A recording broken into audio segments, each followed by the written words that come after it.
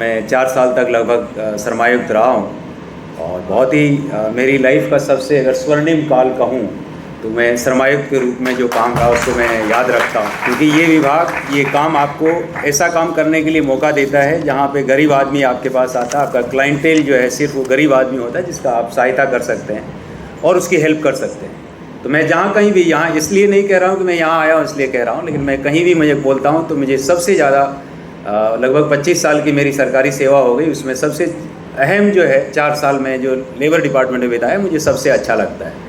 Generally लोग कई बार हम लोगों की सेवा में उसको बहुत अच्छा पोस्टिंग नहीं मानते, लेकिन मेरे लिए वो सबसे अच्छा पोस्टिंग था और मैं इसको चेरिश करता हूँ।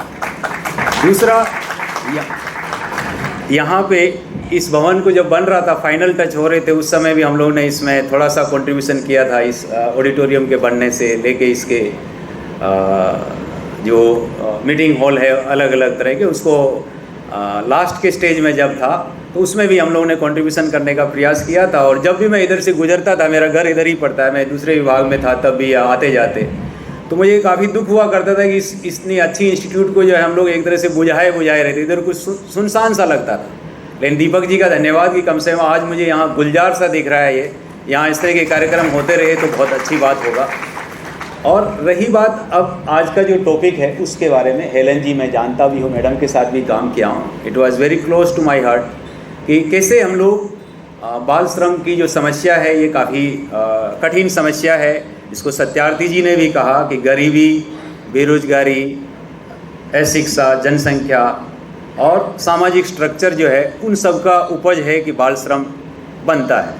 अब इतनी कॉम्प्लेक्स समस्या में श्रम संसाधन विभाग एक छोटा सा रोल अदा करता है। इतनी बड़ी समस्या को हम लोग लिमिटेड रोल के अंदर रह के कैसे हम इसमें कर सकते हैं, कुछ चीज़ें हम लोग बात करने का प्रयास करेंगे। उससे पहले में चार्ल्स डिकन्स ने अपना एक फेमस नॉवल है जिसमें ओलिवर ट्विस्ट, 1829 में उस नॉवल में वो जो है चाइल्ड लेबर की प्लाइट के बारे में बताते हैं। इंग्लैंड में उस समय की सोसाइटी जिसको हम विक्टोरियन एरा कहते हैं, उस विक्टोरियन एरा की सोसाइटी में भी वो कहते हैं।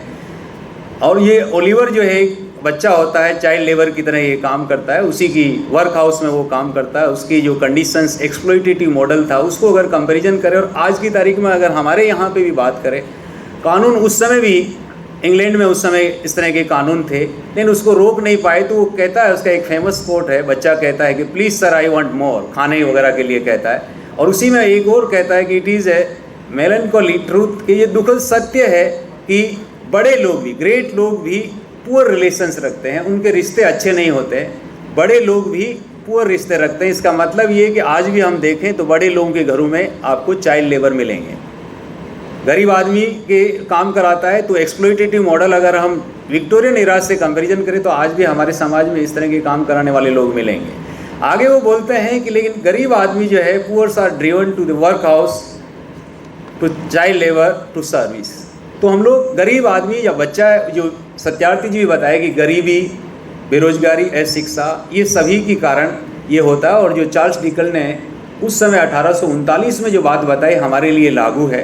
वो ये भी बोलते हैं कि भारत जैसे इंग्लैंड के जो कानून है उसके बोलता है कि कोमल कानून का शानदार उदाहरण है कि गरीबों को सोने नहीं देते। वाकई में हमारे पास भी आज की तारीख में अगर हम कानून के लिहाज से देखें तो इतने सारे कानून बन गए, लेकिन उसका इन्फोर्समेंट मैकेनिज्म उतना अच्छा नहीं। और इन्फोर्समेंट क्या सिर्फ श्रम विभाग के लोगों के कर देने से हो जाएगा? नहीं, सिर्फ अकेले से उससे नहीं हो। समाज यदि बदले तब हो सकता है। तो मैं कुछ उदाहरण बताऊं कि हम लोग, जब मैं लेबर आयुक्त भी था, श्रम आयुक्त था, तब भी हम देखें कि हमारी सरकार से ही बहुत सारे स्टेक होल्डर, शिक्षा विभाग के बच्चों का अगर हम हिसाब ले, जितना हमारा इलेक्शन का डाटा को हम ले तो उस समय 2020 के आसपास में हमारे 14 करोड़ पॉपुलेशन है, उसमें से 7 करोड़ वोटर है। इसका मतलब 7 करोड़ तो 18 साल से कम के हैं।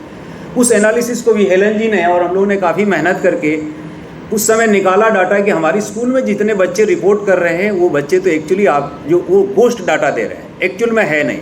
जो हमारे यहाँ के जो हॉट स्पॉट्स थे गया में या और जगह जहाँ से सोशियो इकोनॉमिक कंडीशंस जो वीकर सेक्शंस है, वहाँ से जयपुर या और जगह जहाँ डेस्टिनेशंस है वहाँ जाते हैं, उसका एनालिसिस करें तो शिक्षा विभाग इस बात को मानते नहीं कि ड्रॉप आउट उतना है कि नहीं।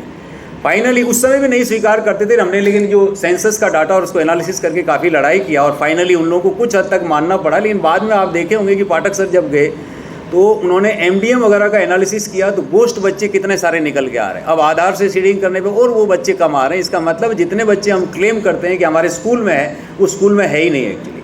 वो इसी तरह से कहीं ना कहीं दूसरी जगह जा रहे हैं। और अगर हमारे राज्य का देखें तो हम लोग काफ़ी गरीबी में रहते हैं, हमारे यहाँ की पॉपुलेशन ग्रोथ भी काफ़ी ज़्यादा है। उस लिहाज से भी देखें तो हमारे यहाँ पे जो सत्यार्थी जी जो पैरामीटर बताते हैं उन पैरामीटर्स में हम लोग बहुत अच्छी स्थिति में नहीं है। इसका मतलब है कि हम लोग लेबर सप्लायर स्टेट के साथ साथ हम बच्चों के भी, बाल श्रम को भी सप्लाई करने में ऐसी परिस्थिति हो जाती है, गरीबी के बच्चे, पेरेंट्स लोग नहीं उसको एम्प्लॉय कर पाते हैं, उनको पढ़ा पाते हैं, उनकी स्थिति अच्छी नहीं होती है कि वो उसको पढ़ा लिखा सके। आरटी आने के बाद भी हम लोग उसको उस लेवल पे नहीं ले जा पाते हैं। तो एक तो सबसे बड़ी बात होती है कि डिनाइल मोड में रहते हैं।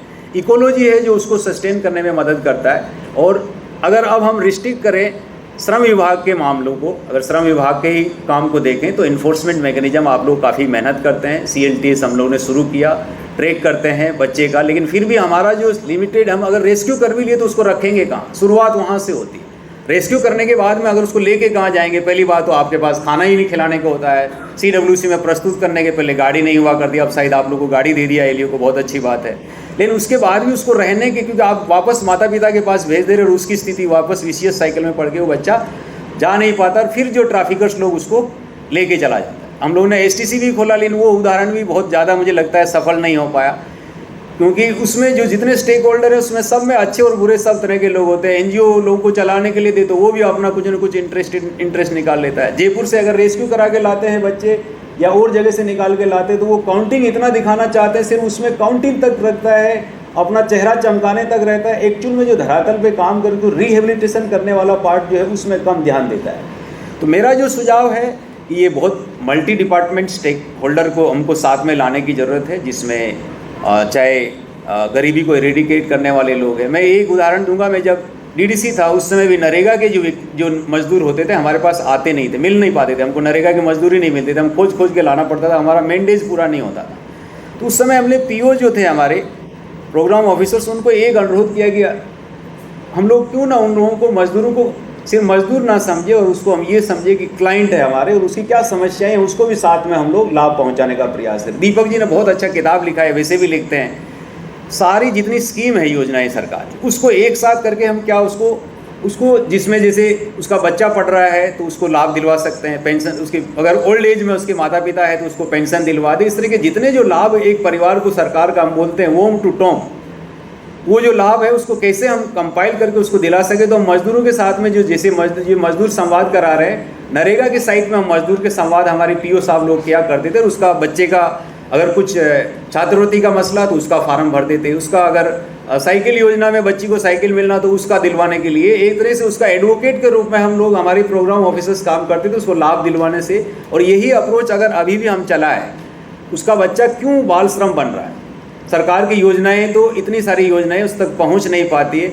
और मैं अनुरोध करूंगा दीपक जी की जो वो किताब है उसको और अगर सरलीकरण करना पड़े तो वो करके बताना चाहिए कि हम अगर जहां भी लेबर का आपको जिस तरह का मिलता है अड्डा, तो उसको दूसरे लाभ अगर हम पहुंचाए तो प्रिवेंट करना ही सबसे अच्छी बात है कि उसका बच्चा वैसी स्थिति में ना जाए, बाहर ले जा ही ना पाए।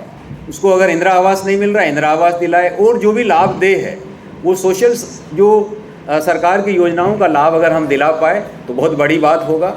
दूसरा, अगर हम इन्फोर्समेंट के मैकेनिज्म से आए तो मैं एक उदाहरण ज़रूर बताऊंगा। एक एलियो में नाम भूल गया, नवादा में बाद में पोस्ट किया था, लखीसराय में जब वो पोस्टिंग थी तो उस समय हमारे माननीय तत्कालीन मंत्री जी जो थे वो हम लोग का काफ़ी रिव्यू किया करते थे बाल श्रम।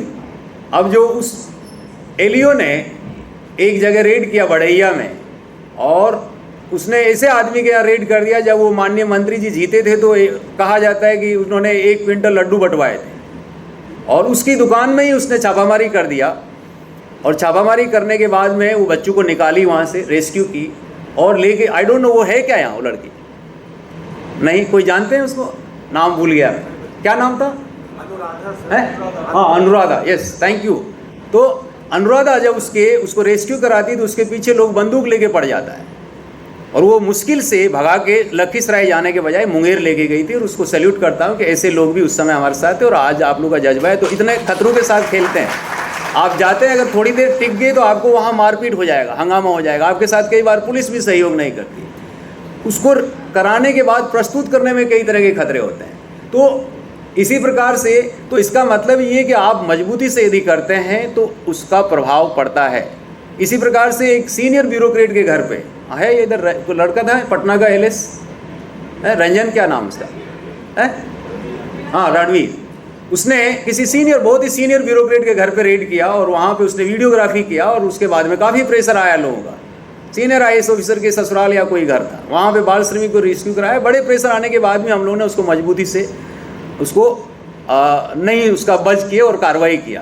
तो ये खतरे हैं, उस खतरे को करने के लिए हमें इन्फोर्स करना पड़ता है और उसको झेलना पड़ता है। आप लोग करते भी है, लेकिन लिमिटेड रोल होता है। लेकिन अगर हम सब लोग सिर्फ श्रम विभाग पे डिपेंड रहे तो काम नहीं चलेगा, हमें अपने से भी शुरुआत करना पड़ेगा। और मैंने ये करने का प्रयास किया था, करता भी रहता हूँ। जैसे मेरे अपार्टमेंट में भी बच्चा दिखता था, पहले मैं जा रहा, उसको भी मैंने रेड कराया, तो उसके बाद में अपार्टमेंट वाले लड़ने आ गए हमसे कि आप जो है यहाँ आपके पास पैसा है तो हम बच्चा कैसे नहीं, छोटे बच्चे को रखना है तो क्या करें। इसी तरह से जहाँ कहीं भी मुझे मौका मिलता, पर्सनली मैंने लेबर कमिश्नर बनने से पहले भी बाद में भी मैंने कई तरह की शिकायतें व्यक्तिगत रूप से भी किया है। तो सिर्फ समाज में अगर हम हर नागरिक चाहे किसी कैपेसिटी में हो, अगर हम अपनी ड्यूटी निभाने लगे, थोड़ा बहुत प्रयास करें, तो मुझे लगता है हम कर पाएंगे, सिर्फ श्रम विभाग के लोगों के अधिकारियों के बल पे नहीं। और मुझे आशा ही नहीं, पूरा विश्वास है आप लोग कर ही रहे। आप लोग को गाड़ी और सारे संसाधन भी उपलब्ध कराए। दीपक जी जैसे सहृदय आदमी जो है, चार्ल्स डिकन की तरह ये इनका भी हृदय है, जो उन्होंने जिस तरह से बात किया उसी तरह से आपको गाइडेंस करते रहेंगे और आप रेस्क्यू करते रहेंगे।